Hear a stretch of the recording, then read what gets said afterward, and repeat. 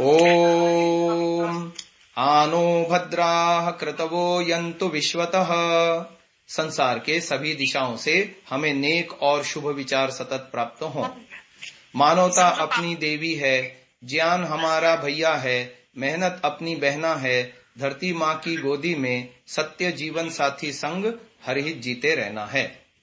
समादरणीय महानुभावों, वंदनीय माताओं बहनों एवं प्यारे प्यारे बच्चों, मुझे बहुत खुशी हुई आज आप लोगों ने बहुत ही अच्छे ढंग से दिए हुए कार्य को याद किया, आर्य समाज के द्वितीय नियम को याद किया, श्लोकों को याद किया, जो आपको दिया जा रहा है कार्य आप रुचि ले रहे हैं और ग्रुप में समूह में आप सुना रहे हैं। इस बात की मुझे बहुत खुशी है। हम पिछले वाले विषय को आगे बढ़ाते हैं। ईश्वर विषय हमने आपके समक्ष रखा था, एक बार दोहरा लेते हैं पिछला विषय, फिर आगे की बात आपको समझाएंगे। ईश्वर एक है, ईश्वर निराकार है, ईश्वर सब जगह रहता है, ईश्वर हमारा सबसे अच्छा मित्र है, ईश्वर में आनंद है, ईश्वर सदा न्याय करता है। जो ईश्वर से डरता है वो किसी से नहीं डरता, जो ईश्वर से नहीं डरता उसे सबसे डरना होता है। और ईश्वर के हमने 5 कार्य आपको बताए थे। ईश्वर इस सृष्टि की रचना करता है, ईश्वर इस सृष्टि को पालन करता है, चलाता है।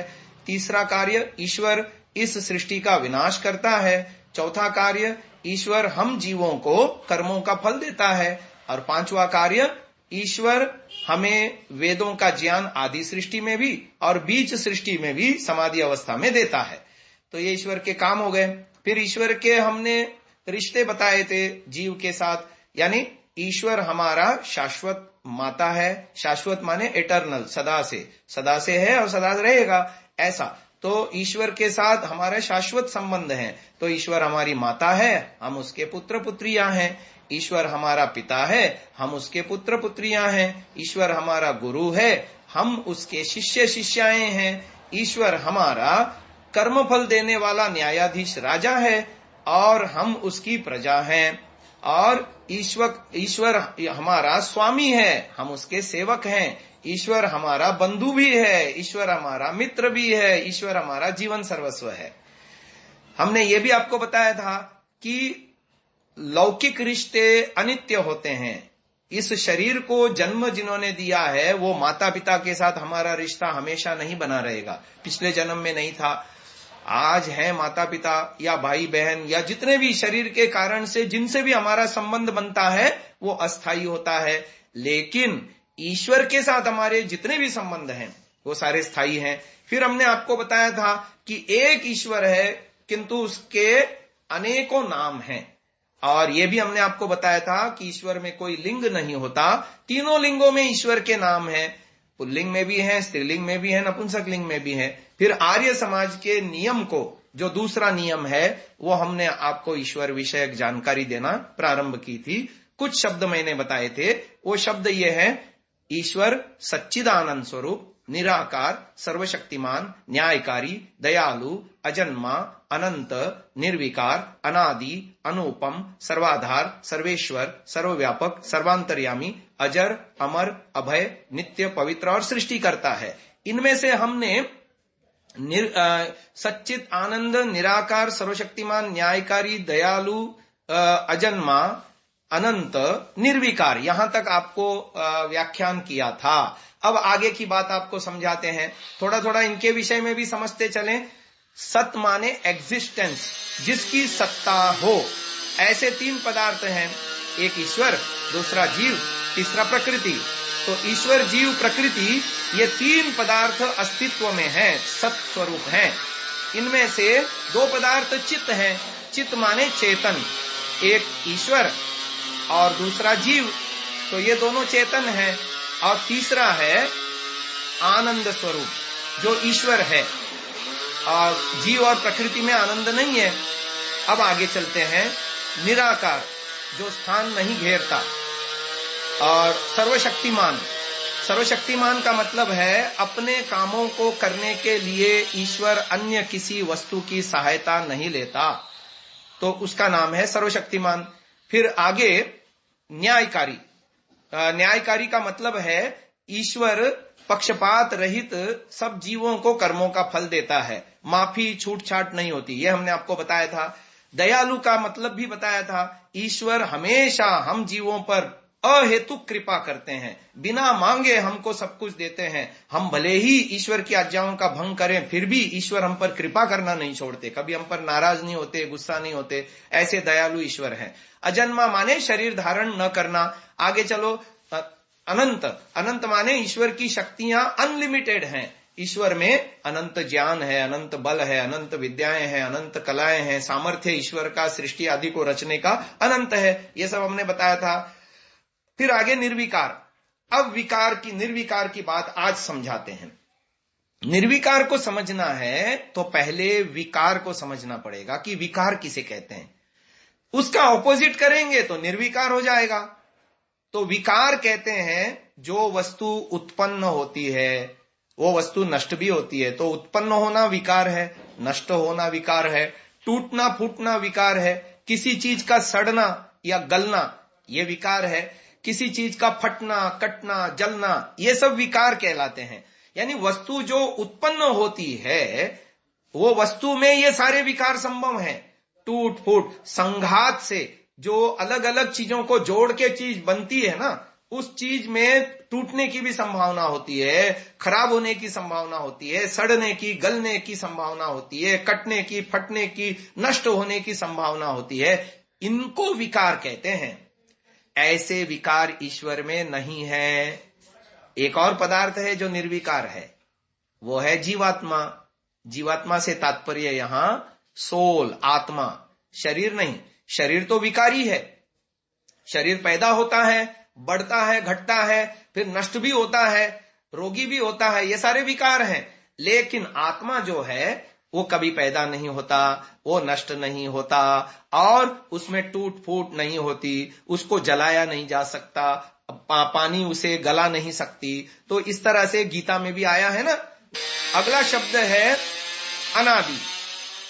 अनादि का मतलब होता है जिसमें शुरुआत हो उसको आदि कहते हैं, और जिसमें शुरुआत न हो उसको अनादि कहते हैं।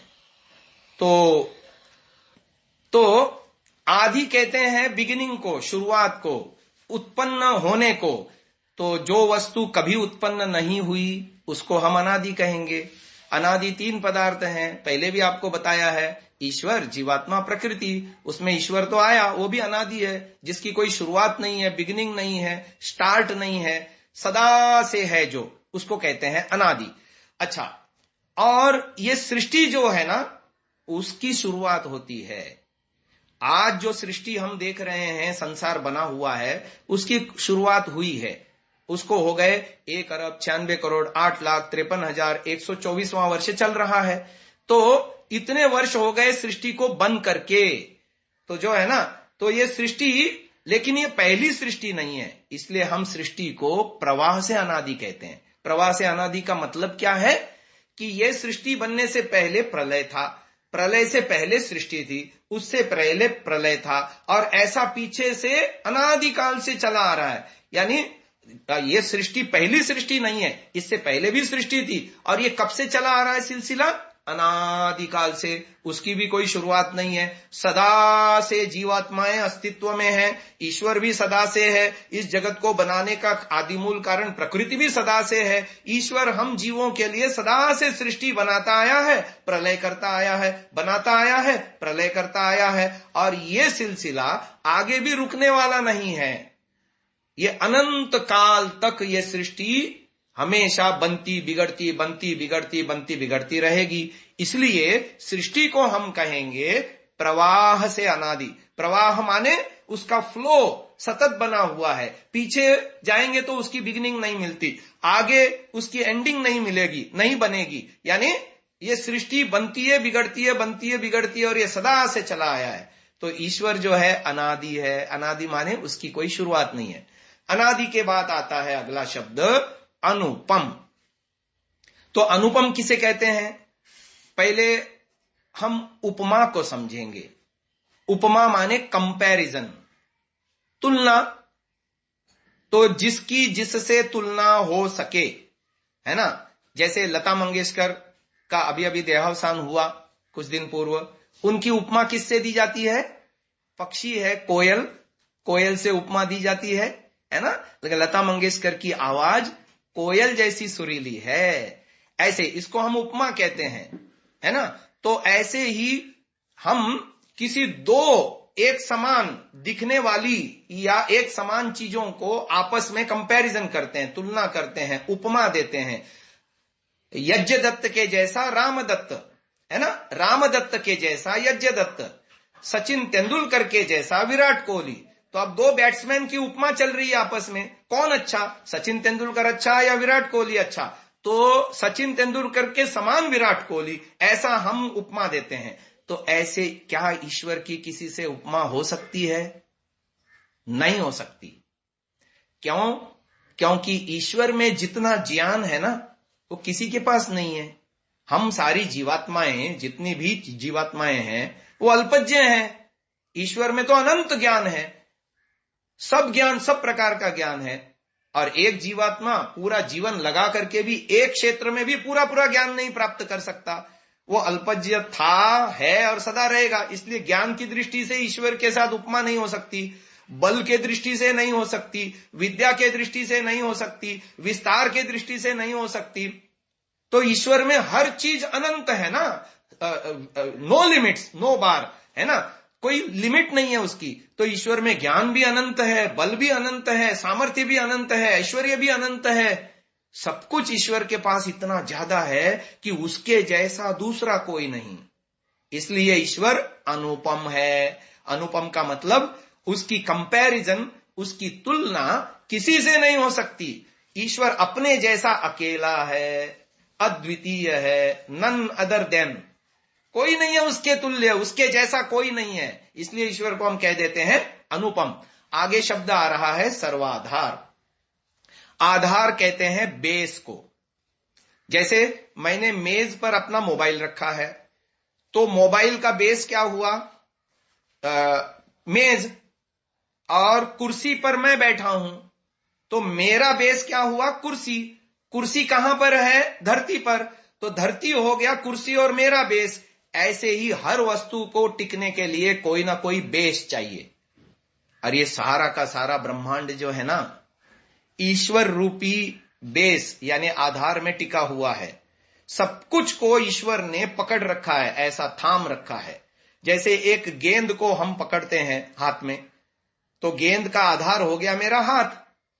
अभी मेरे हाथ में एक गिलास है, गिलास को मैंने पकड़ रखा है बाहर से, है ना। ऐसे ही ईश्वर ने ये जितने गैलेक्सीज हैं, हर एक गैलेक्सी में जितने भी सोलर सिस्टम्स हैं, स्टार्स हैं, प्लैनेट्स हैं, और दूसरे ग्रह, उपग्रह, नक्षत्र, तारे, ये सब कुछ बाहर से भी और भीतर से भी, दोनों ओर से ईश्वर ने पकड़ रखा है। और केवल पकड़ा नहीं है, वो इनको चलाता है नियम में। ईश्वर इनको चलाता है। इसलिए इन सबका आधार यानी बेस ईश्वर है। सदाधार पृथ्वीम द्यामुते माम। आज एक बालक ने ये मंत्र सुना दिया था।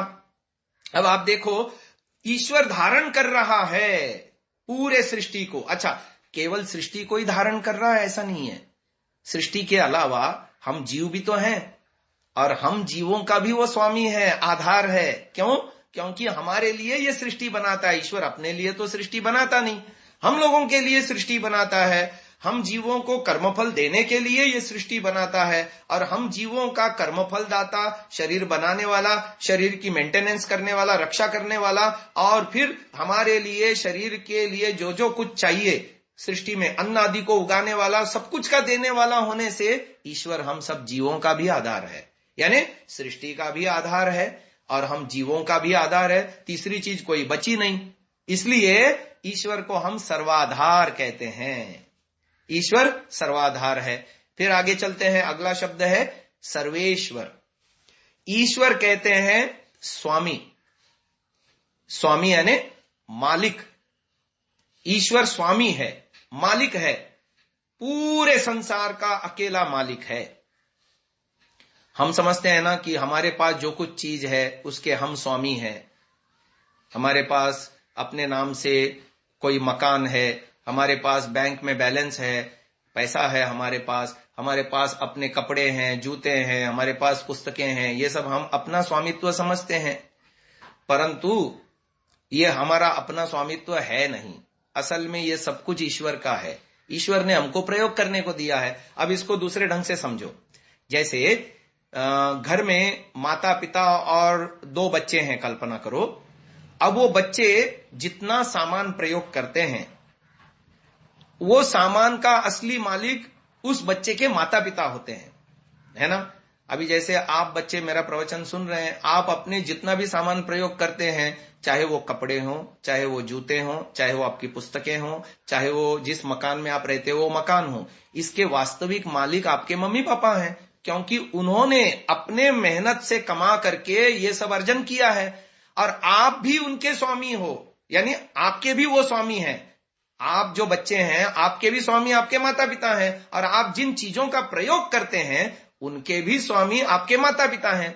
ठीक ऐसे ही ये संसार में हमारे पास अपना कहने लायक जो कुछ भी है ना, चाहे वो हमारा ज्ञान विज्ञान ही क्यों ना हो, हमारा शरीर ही क्यों ना हो, हमारे पास विद्यमान मकान, पैसा, संपत्ति, ऐश्वर्य, जो कुछ भी, कार है और दुकान है और जमीन जायदाद है या बैंक में पैसा है या जो कुछ भी है, ये सब का मालिक ईश्वर है।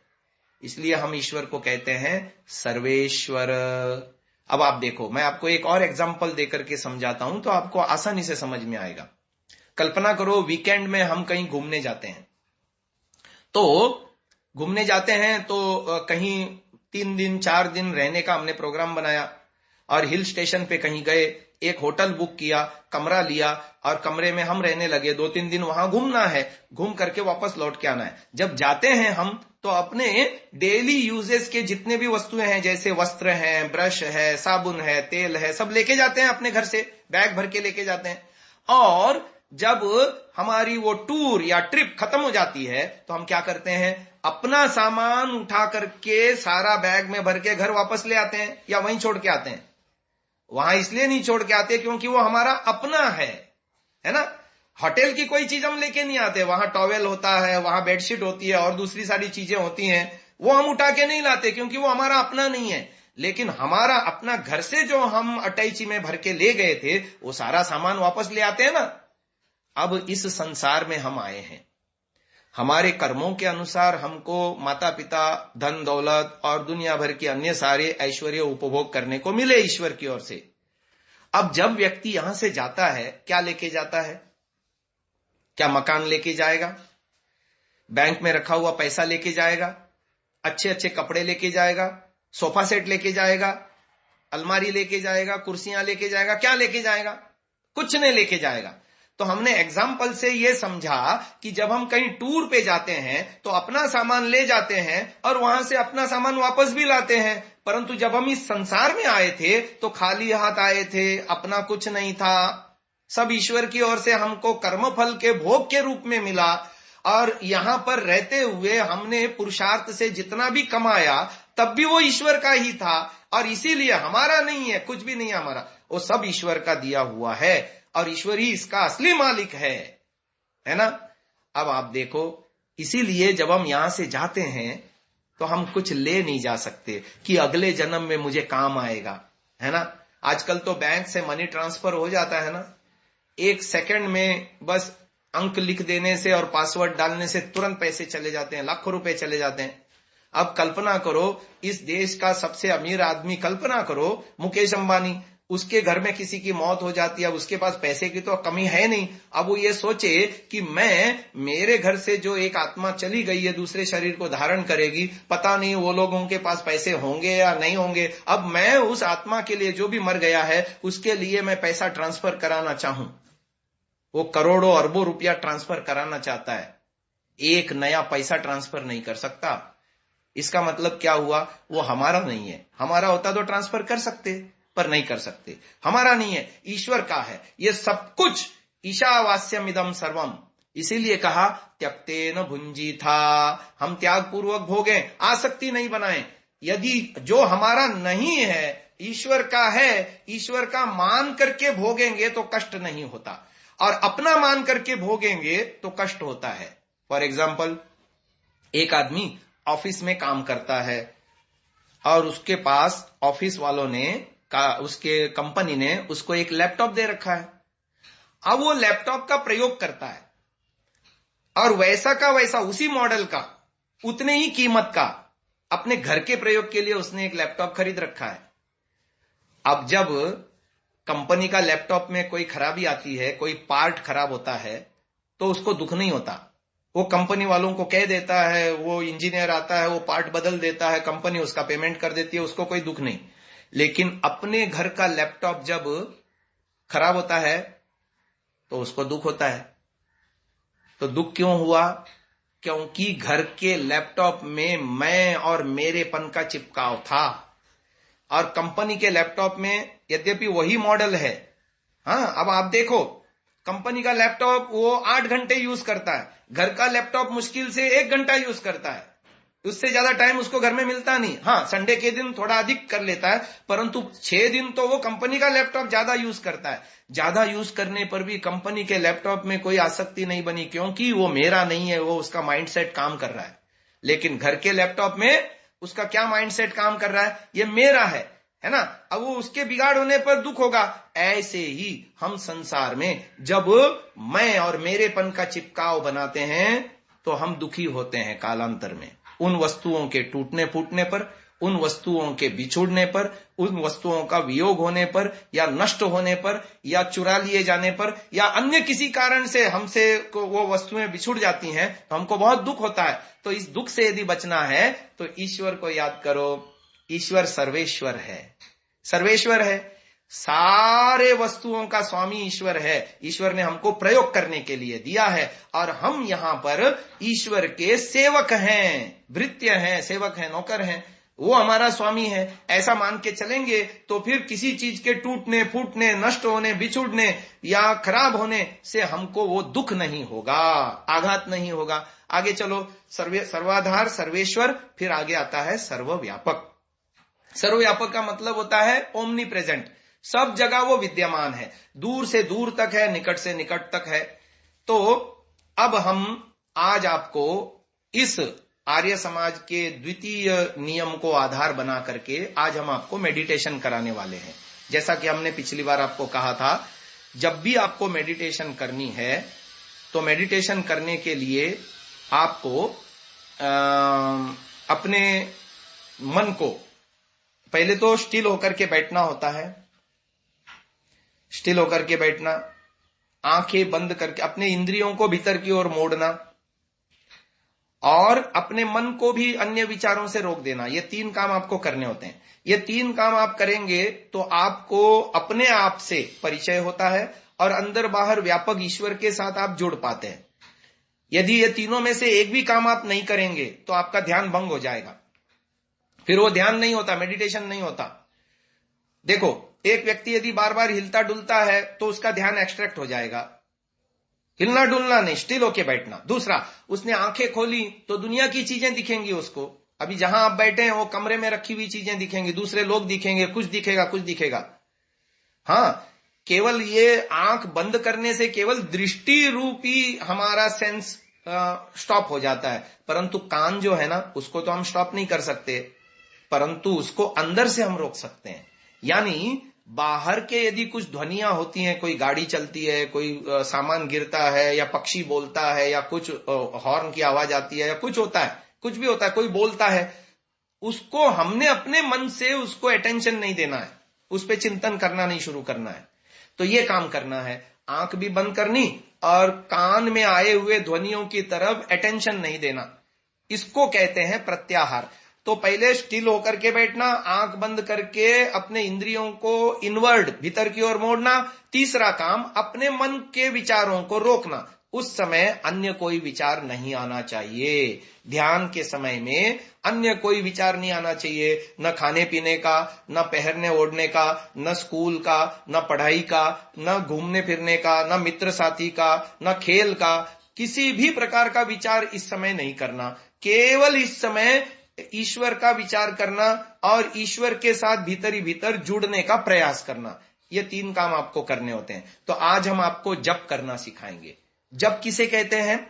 जप माने किसी भी एक शब्द को, किसी भी एक वाक्य को बार बार दोहराना, रिसाइटिंग ऑफ द वर्ड और ए सेंटेंस जिसमें ईश्वर की स्तुति हो, प्रार्थना हो, उपासना हो। स्तुति, प्रार्थना, उपासना वाले किसी भी शब्द को जिसमें ईश्वर का नाम हो, अथवा कोई वाक्य हो जिसमें ईश्वर से की गई प्रार्थना हो, अथवा जिसमें ईश्वर के गुणों का वर्णन हो, ऐसा कोई शब्द, ऐसा कोई वाक्य, ऐसा कोई मंत्र, ऐसा कोई सूत्र हम जब दोहराते हैं अर्थ चिंतन पूर्वक, उसको जप कहते हैं। जप में 3 चीजें होती हैं। एक है शब्द का उच्चारण या वाक्य का उच्चारण, दूसरा है अर्थ का चिंतन, और तीसरा है ईश्वर के साथ संबंध। शब्द, अर्थ, संबंध। फिर से ध्यान से सुनना। हम कोई भी ओम शब्द को बोलते हैं, और फिर हम आर्य समाज के नियम को लेकर के आज करेंगे मेडिटेशन, तो उसमें ओम सत, ओम चित, ओम आनंद, ऐसे ऐसे हम बोलेंगे। तो ये तो हो गया, एक तो हो गया शब्द का उच्चारण। जैसे हमने कहा पानी, अब पानी कहा हमने, पानी किसे कहते हैं? वो एक लिक्विड पदार्थ है जिसको पी करके हम प्यास बुझाते हैं, या जिससे हम नहाते हैं, या जिससे हम वस्त्र धोते हैं, स्थान आदि की शुद्धि करते हैं, वो है पानी। तो पानी का अर्थ एक हो गया ना, एक हो गया शब्द पानी, पानी बोला मैंने मुंह से, उससे थोड़ी ना मेरी प्यास बुझ गई। अब मैं अर्थ रूपी पानी पी लेता हूं। ये देखो मैंने पानी पी लिया, तो ये अर्थ, तो ये हो गया वो वस्तु, उस वस्तु के साथ मेरा जुड़ाव हो गया, पानी वास्तव में मैंने पी लिया। ऐसे ही ध्यान के समय में हम किसी शब्द का उच्चारण करते हैं, जैसे हमने बोला ओम, और फिर उसका एक मीनिंग होता है सर्वरक्षक, तो उसकी अर्थ का चिंतन हम करते हैं और भीतर ही भीतर ईश्वर से जुड़ते हैं। जब हम सांसारिक विषयों से कट ऑफ होते हैं तो और कुछ नहीं बचता, हम बचते हैं और हमारे साथ जुड़ा हुआ ईश्वर बचता है। हम ईश्वर के साथ जुड़ते हैं, और ईश्वर सूक्ष्माति सूक्ष्म होने से मेडिटेशन करने वाले विद्यार्थी का कंसंट्रेशन लेवल भी बहुत सूक्ष्म लेवल में चला जाता है। तो जो विद्यार्थी प्रतिदिन मेडिटेशन करेगा, प्रतिदिन जप करेगा, फिर 5 मिनट ही क्यों ना करे, उसका कंसंट्रेशन लेवल बढ़ जाएगा। कंसंट्रेशन लेवल बढ़ जाएगा तो उसकी बुद्धि की क्षमता बढ़ेगी, इंद्रियों की क्षमता बढ़ेगी, और उसके अंदर सत्व गुण की मात्रा दिनों दिन बढ़ती चली जाएगी। इस विषय में फिर कभी अगले वाले सेशन में मैं बताऊंगा। अभी हम थोड़ी देर के लिए साधना करेंगे। सीधे होकर के बैठ जाइए। मैंने आज आपको जप कैसे करना वो सिखाया है। जप में 3 चीजें होती हैं।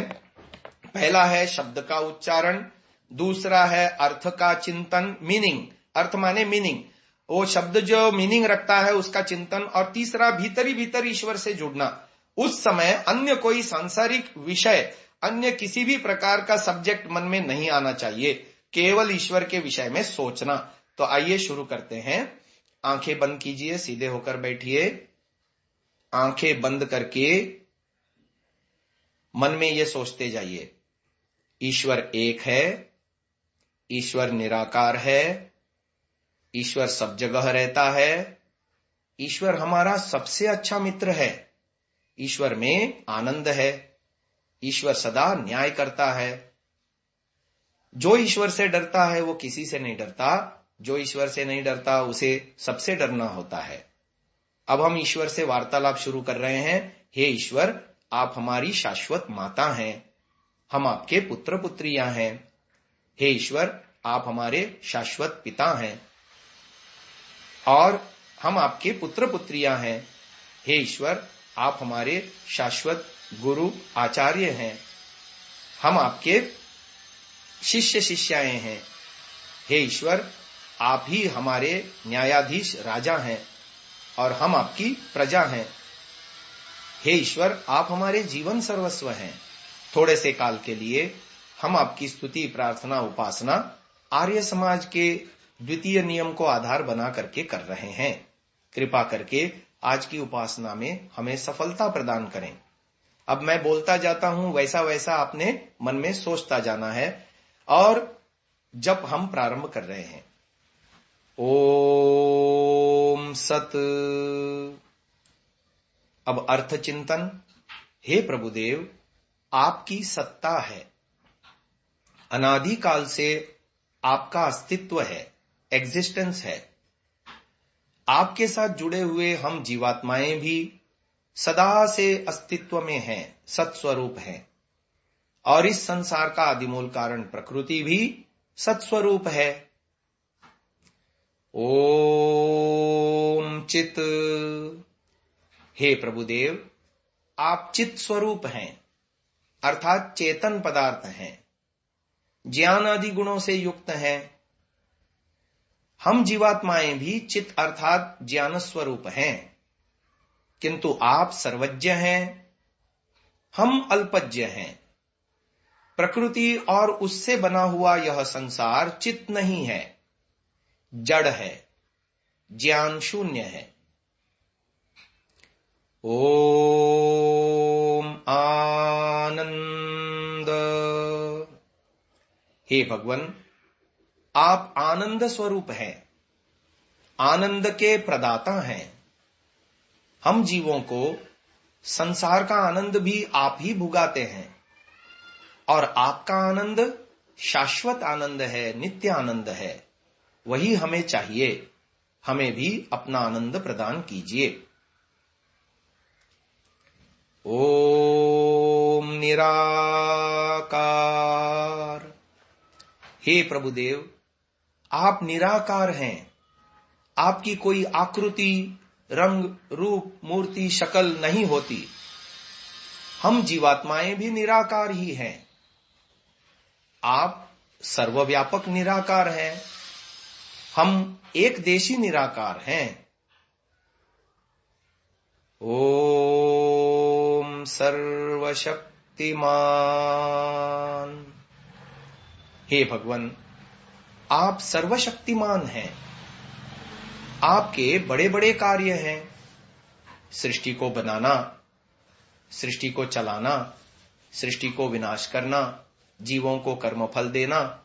इन कार्यों को करने के लिए आप किसी की सहायता नहीं लेते, जबकि हम जीवात्माएं अल्पशक्तिमान हैं। बिना आप द्वारा बनाए सृष्टि के, बिना आप द्वारा दिए शरीर आदि साधनों के, मन बुद्धि आदि के, इंद्रियों के, हम कुछ भी कर्म करने में समर्थ नहीं होते। ओम न्यायकारी। हे प्रभुदेव, आप न्यायकारी हैं। पक्षपात रहित न्याय करने का आपका स्वभाव है। हम जीवों को अपने कर्मानुसार आप हमें फल प्रदान करते हैं। शुभ कर्म करने का सुखरूप फल हमें मिलता है, और अशुभ कर्म, पाप कर्म करने का हमें दुख रूप दंड मिलता है। हे देव, हमारे अंतःकरण को निर्मल करो, जिससे सारे पाप कर्म हम छोड़ सकें, पवित्र बन सकें, और आपकी न्याय व्यवस्था में हमें सदा सुख ही सुख, आनंद ही आनंद मिले। ओम दयालु। हे भगवान, आप परम दयालु हैं। हम जीवों पर अनादिकाल से कृपा करते आ रहे हैं। बिन मांगे ही हमारे लिए इतनी बड़ी सृष्टि बना के देते आ रहे हैं। हम भले ही आपकी आज्ञाओं का पालन नहीं करते, आपके विपरीत चलते हैं, तब भी आप हम पर कभी नाराज नहीं होते, आप हमसे दुखी नहीं होते, हम पर अपनी दया स्थगित नहीं करते। ऐसे आप परम दयालु हैं। ओम अजन्मा। हे भगवान, आप अजन्मा हैं। चेतन सत्ता का शरीर के साथ जुड़ना जन्म कहाता है। ऐसा जन्म आपका नहीं होता। आप सर्वव्यापक को शरीर की मर्यादाओं में कैद भी तो नहीं किया जा सकता। आप अजन्मा हैं। हम जीवात्माएं आपकी व्यवस्था से कर्मफल भोगने और मोक्षानंद को प्राप्त होने के लिए शरीर धारण करने रूप जन्म लेते हैं। ऐसा जन्म आपका नहीं होता। ओम अनंत। हे भगवान, आप अनंत हैं, अर्थात कहीं कोई आपकी सीमाएं, मर्यादाएं, बाउंड्रीज नहीं है। आप में अनंत ज्ञान है, अनंत बल है, अनंत विद्याएं हैं, अनंत कलाएं हैं, अनंत आपका सामर्थ्य है सृष्टि आदि को बनाने का। ओम निर्विकार। हे देवादिदेव, आप निर्विकार हैं। विकार कहते हैं उत्पन्न होना, नष्ट होना, टूटना फूटना, सड़ना गलना, घटना बढ़ना आदि कार्यों को। ऐसे विकार आप में नहीं होते। हम जीवात्माएं भी निर्विकार ही हैं। ओम अनादि। हे प्रभुदेव, आप अनादि हैं। आदि कहते हैं शुरुआत को, आरंभ को। आपकी कभी शुरुआत आरंभ नहीं है। आपके अलावा हम जीव भी अनादि हैं और प्रकृति भी अनादि है। उससे बनने वाला कार्य जगत प्रवाह से अनादि है। सृष्टि प्रलय सदा से होता आया है। आप हमारे लिए करते आए हो। ओम अनुपम। हे भगवान, आप अनुपम हैं। आपकी उपमा, आपकी तुलना किसी अन्य पदार्थ से नहीं हो सकती। हे भगवान, आप अनुपम हैं। आपकी उपमा, तुलना किसी अन्य पदार्थ से नहीं हो सकती, क्योंकि आपके जैसा ज्ञान, आपके जैसा बल, आपके जैसी विद्याएं किसी में नहीं है। आप अनुपम हैं। ओम सर्वाधार। हे भगवान, इस पूरे ब्रह्मांड को धारण करने वाले आप अकेले हैं। सभी लोक लोकांतर, सभी आकाश गंगाएं, सभी ग्रह नक्षत्र तारे आदि को आपने भीतर बाहर से धारण किया हुआ है। हम जीवों के भी कर्म फलदाता, शरीर आदि के निर्माता आदि होने से हमारे भी आप ही आधार हैं। ओम सर्वेश्वर। हे भगवान, आप सर्वेश्वर हैं। इस पूरे ब्रह्मांड के अकेले स्वामी हैं। हे देवादिदेव, हमारे पास जो कुछ भी अपना कहने लायक है वो भी आपका ही दिया हुआ है। हम तो केवल इसके प्रयोग करने वाले मात्र हैं। आप सर्वेश्वर हैं। ओम सर्वव्यापक। हे भगवान, आप सर्वव्यापक हैं। दूर से दूर तक, अनंत तक आपका फैलाव विस्तार है। ऐसी कोई जगह खाली नहीं है कि जहां आपका अस्तित्व न हो। आप सर्वत्र विद्यमान हैं, सर्वत्र आपका एग्जिस्टेंस है।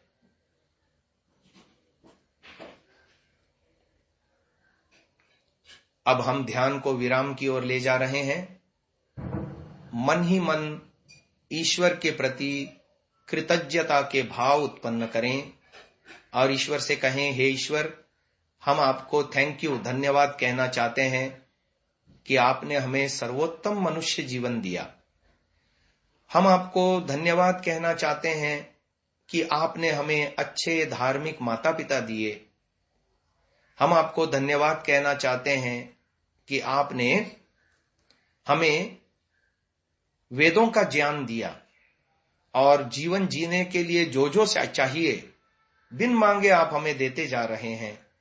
हमारे साथ अंग संग जुड़ करके आप हमारे शरीर आदि की रक्षा पालना करते जा रहे हैं। निरंतर हमारा उपकार किए जा रहे हैं। हमको भीतर से प्रेरणा देते हैं अच्छे कामों के प्रति और बुरे कामों के प्रति भय लज्जा शंका उत्पन्न करके हमें रोकते हैं। हमारे मार्गदर्शक बने हुए हैं। हम आपको बार बार धन्यवाद करते हैं। एक बार लंबा ओम का उच्चारण। ओम।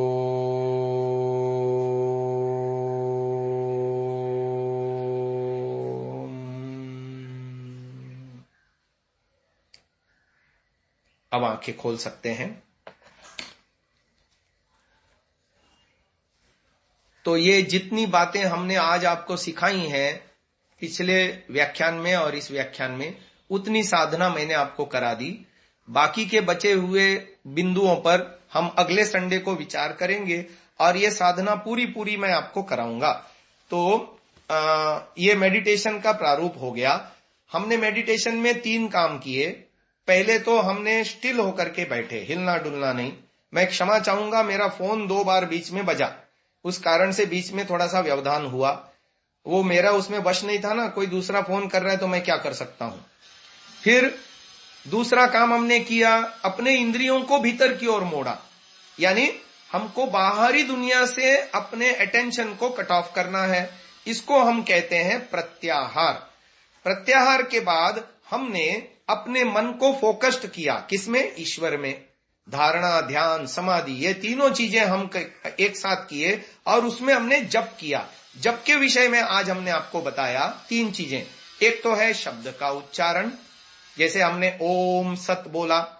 फिर उसका अर्थ चिंतन कि हे ईश्वर, आपकी सत्ता है, आप सदा से हैं, आज भी हैं, आगे भी बने रहेंगे। ऐसा हमने उस शब्द को जो बोला उसका फिर हमने मीनिंग चिंतन किया। और तीसरा काम संबंध, ईश्वर से हमने संबंध जोड़ा भीतर ही भीतर कि हे ईश्वर, आप हमारी माँ हैं, पिता हैं, गुरु हैं, आचार्य हैं और आप मेरे साथ सदा जुड़े रहते हैं, कभी मुझसे अलग नहीं होते। तो ये ईश्वर के साथ हमने संबंध जोड़ा और हमने ध्यान किया। जो भी बालक ऐसा रोज ध्यान करेगा उसको ईश्वर के प्रति रुचि बढ़ेगी। ईश्वर के प्रति रुचि बढ़ेगी, उसके मन, बुद्धि, इंद्रियां शार्प होंगी, उनकी शक्तियां बढ़ेंगी, उसका सेंसिटिविटी बढ़ेगी और उसके जीवन में बुद्धि की कार्यक्षमता बढ़ेगी। बुद्धि के 2 कार्य हैं, एक तो है ग्रास्पिंग पावर, एक है स्टोरिंग पावर। ग्रास्पिंग पावर माने कोई भी वस्तु जल्दी से समझ जाना, है ना। टीचर सबको एक जैसा पढ़ाता है क्लास में, लेकिन सबको विषय एक जैसा समझ में नहीं आता। इसीलिए कोई जीनियस होता है और कोई एवरेज होता है और कोई डफर होता है, तो है ना। तो हमको यदि जीनियस बनना है तो रोज मेडिटेशन करना है। मेडिटेशन करने वाले की ग्रास्पिंग पावर बढ़ती है। दूसरा स्टोरिंग पावर, यानी याददाश्त। याददाश्त माने हमने एक चीज को आज पढ़ा तो एक विद्यार्थी ऐसा है जो अभी याद किया, शाम तक भूल जाएगा। दूसरा है 2 दिन बाद भूल जाएगा। लेकिन एक ऐसा भी विद्यार्थी है, उसने एक बार याद किया, एक बार में ही उसको याद हो गया और जीवन पर्यंत नहीं भूलेगा। ये उसकी याददाश्त बहुत ज्यादा तीव्र है, ऐसा समझना। तो ये हमारा स्टोरिंग पावर जो है वो भी मेडिटेशन से बढ़ती है और इन दोनों की हमको बहुत आवश्यकता है। हम अपनी ग्रास्पिंग पावर को भी बढ़ाना चाहते हैं और स्टोरिंग पावर को भी बढ़ाना चाहते हैं, तो हमें क्या करना होगा? डेली मेडिटेशन करना होगा।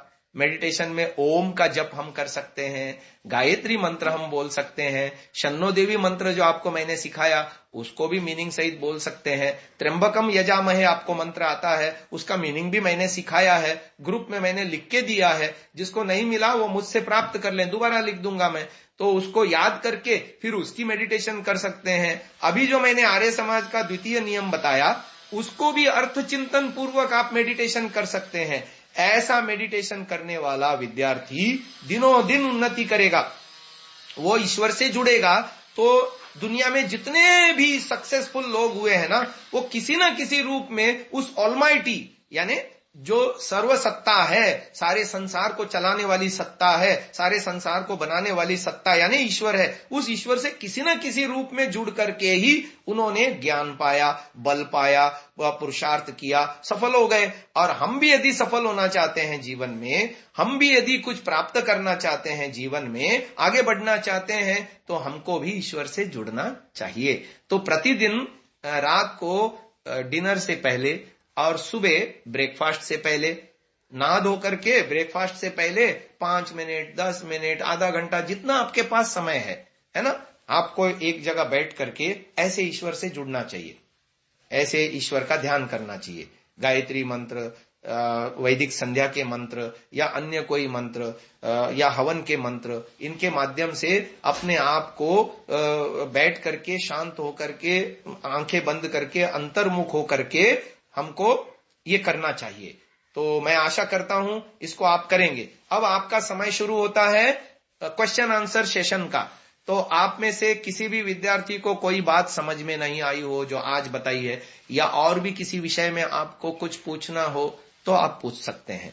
अपना माइक ऑन करें और आप अपना प्रश्न पूछें, नहीं तो फिर मैं क्वेश्चन पूछूंगा। यदि आपके पास क्वेश्चन नहीं है तो मेरे पास क्वेश्चन है आपके लिए।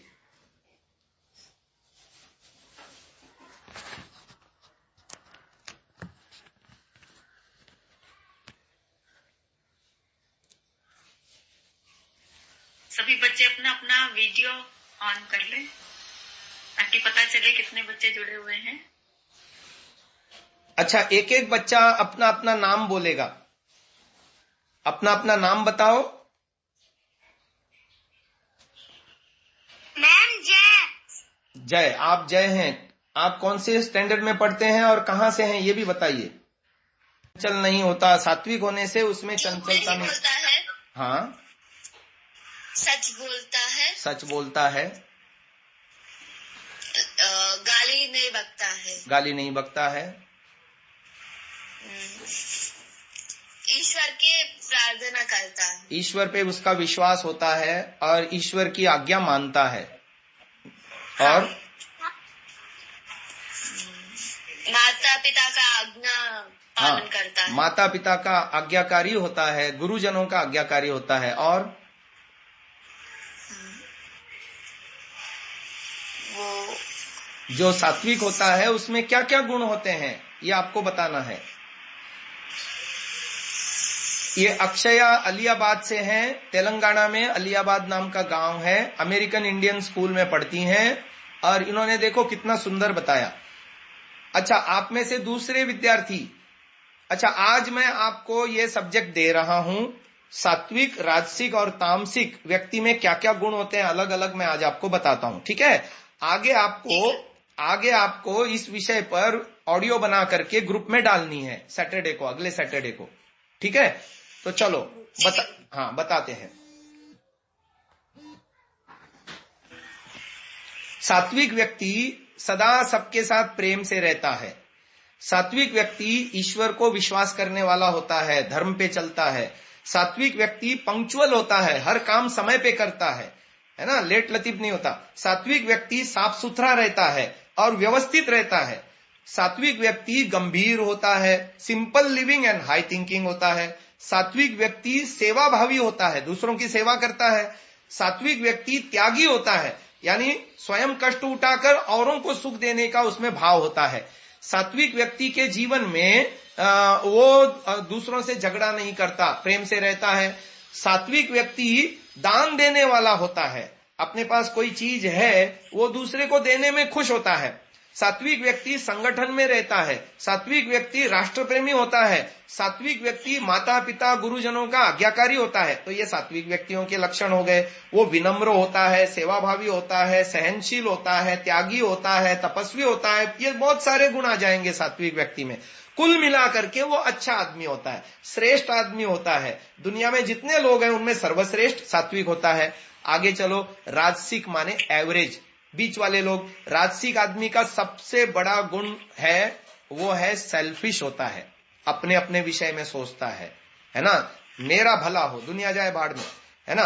और चमक दमक में उलझा होता है, फैशनबाज होता है। फिर पांचों इंद्रियों का गुलाम होता है, खाने पीने के मामले में चटोरा होता है ना। इंद्रियों के पीछे पागल होता है, भोगने के लिए चमक दमक की दुनिया में उलझा होता है। और कैसा होता है राजसिक आदमी? राजसिक आदमी में राग द्वेष होता है, द्वेषी होता है ना। ईर्ष्यालु होता है, ईर्ष्या माने जेलसी, तो जेलसी उसमें होती है। मेरा तेरा करता है, तेरा मेरा करता है ना। सेल्फिश होता है। और दूसरे की उन्नति देख के जलना, दूसरे की प्रगति देख के खुश नहीं होना, ये उसका राजसिक व्यक्ति का होता है। और राग द्वेष में फंसा होना। अब तामसिक व्यक्ति के लक्षण सुनो। तामसिक व्यक्ति कौन होता है? तामसिक व्यक्ति वो होता है जो आलसी होता है, प्रमादी होता है, अधर्मी होता है, उल्टे काम करता है, नशा करता है, दिन भर उसको सोने को चाहिए, है ना, नहाने को नहीं चाहिए, साफ सुथरा नहीं रहना चाहिए। और ऐसे ऐसे उल्टे कामों में झूठ बोलना, चोरी करना, व्यभिचार करना, ये सारे उल्टे काम, नशा करना, ये सारे काम तामसिक, मांसाहार आदि करना, ये सब तामसिक लोगों के कार्य हैं।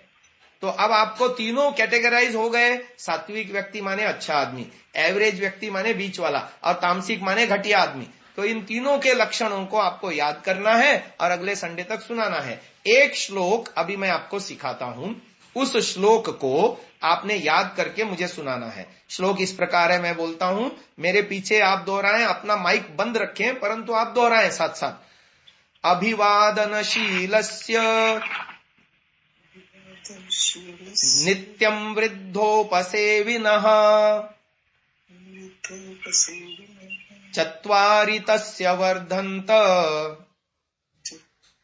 आयुर्विद्या यशो बलम्। फिर से दोहराता हूं, अभिवादनशीलस्य नित्यं वृद्धोपसेविनः चत्वारि तस्य वर्धन्त आयुर्विद्या यशो बलम्। तो इस श्लोक को मैं समूह में लिख करके डाल दूंगा, इसका मीनिंग भी डाल दूंगा। आपको एक हफ्ते भर में इसको याद करना है। अभिवादन का मतलब होता है नमस्ते। सुबह उठ करके अपने माता पिता, अपने घर में जितने भी बड़े लोग हैं, छोटे लोग हैं, सबको परस्पर नमस्ते करनी चाहिए। और बड़े बुजुर्गों का नित्यम वृद्धोपसेविनः, वृद्ध माने बड़े बुजुर्ग, हमारे एल्डर्स लोग, माता पिता, चाचा ताऊ, जो भी घर में रहते हैं बड़े लोग, उनको जो आज्ञा पालन करता है, उनकी सेवा करता है, उनको नमस्ते करता है प्रतिदिन, है ना। ऐसे विद्यार्थी के, ऐसे बच्चे की 4 चीजें बढ़ती हैं, आयु, विद्या, यश और बल।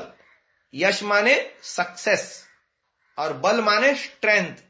तो हमको ये चारों चीजें चाहिए, लंबी आयु चाहिए और वो भी स्वस्थ आयु चाहिए, विद्या भी हमको चाहिए, नॉलेज, और यश माने सक्सेस भी चाहिए हमको जीवन में, और बल माने स्ट्रेंथ भी चाहिए। ये स्ट्रेंथ यदि चाहिए और बल चाहिए, विद्या चाहिए, आयु चाहिए, तो 4 चीजों के लिए आपको प्रतिदिन अपने माता पिता को सुबह उठ करके नमस्ते करनी है ना, नमस्ते करनी है, उनसे आशीर्वाद देना। नमस्ते करना बहुत बड़ा जो है रहस्य है इसमें। जब छोटे बच्चे माता पिता से नमस्ते करते हैं तो माता पिता उसे आशीर्वाद देते हैं, जुग जुग जियो बेटा, अच्छे बनो, विद्वान बनो, श्रेष्ठ बनो, है ना।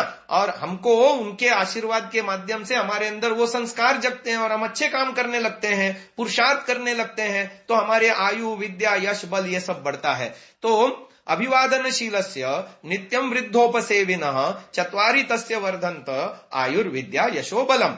तो ये श्लोक है, हमें प्रतिदिन इस काम को करना है। केवल श्लोक नहीं याद करना, प्रतिदिन उठ करके माता पिता को नमस्ते भी करनी है, उनका कहना मानना है, उनकी सेवा करनी है और उनके बताए हुए रास्ते पर चलना है, ननु नच नहीं करना। ऐसा करने वाला विद्यार्थी जीवन में 4 क्षेत्रों में उन्नति करता है, आगे बढ़ता है। तो ये इस श्लोक का अर्थ हो गया। और अब हमारा समय समाप्ति की ओर है, तो हम इस कक्षा को यहीं विराम देने जा रहे हैं शांति पाठ के साथ। ओम द्यौः शान्तिरन्तरिक्षं शान्तिः पृथिवी शान्तिरापः शान्तिरोषधयः शान्तिः वनस्पतयः शान्तिर्विश्वे देवाः शान्तिर्ब्रह्म शान्तिः सर्वं शान्तिः शान्तिरेव शान्तिः सामा शान्तिरेधि। ओम शान्तिः शान्तिः शान्तिः शान्तिः शान्तिः शान्तिः शान्तिः शान्तिः। वीडियो को अंत तक देखने के लिए आप सभी महानुभावों का हार्दिक धन्यवाद। क्या आप जानते हैं, सांतसा नामक ऐप को गूगल प्ले स्टोर से एंड्रॉइड के लिए यदि आप डाउनलोड करते हैं तो जो आर्य सज्जन महानुभाव हैं, जो नियमित यज्ञ करते हैं, साप्ताहिक यज्ञ करते हैं या किसी विशेष अवसरों पर यज्ञ करते हैं, आपकी समस्त आवश्यकताओं की पूर्ति के लिए सांतसा नामक ऐप में ऑडियो नामक सेक्शन में आपको अग्निहोत्र पर्व मंत्र नामक शीर्षक के अंतर्गत सब प्रकार के हवन प्रकारों का उसमें प्रावधान दिया गया है। जैसे दैनिक हवन, सुबह और सायंकाल अलग अलग करने का हवन, या दोनों समय का एक ही समय में करने का हवन, साप्ताहिक हवन, आर्य समाज के साप्ताहिक सत्संगों में होने वाला हवन, विशेष अवसरों पर जैसे जन्म दिवस हुआ या अन्य कोई दिवस हुआ हवन, और आर्य पर्व पद्धति जो आर्य समाज में हर कहीं मनाई जाती है, प्रत्येक पर्व का अलग अलग हवन, यहाँ तक कि वृष्टि यज्ञ भी, तथा विशेष मांग पर जनता के हमने अंत्येष्टि संस्कार भी, उसका भी हवन हमने रिकॉर्ड करके ध्वनि मुद्रणालयों में ससंगीत उसमें हमने डाला है और आप इसका लाभ उठा सकते हैं। धन्यवाद। आज ही सांतसा ऐप एंड्रॉयड के लिए गूगल प्ले स्टोर से डाउनलोड करें, लाभ उठाएं। ओम।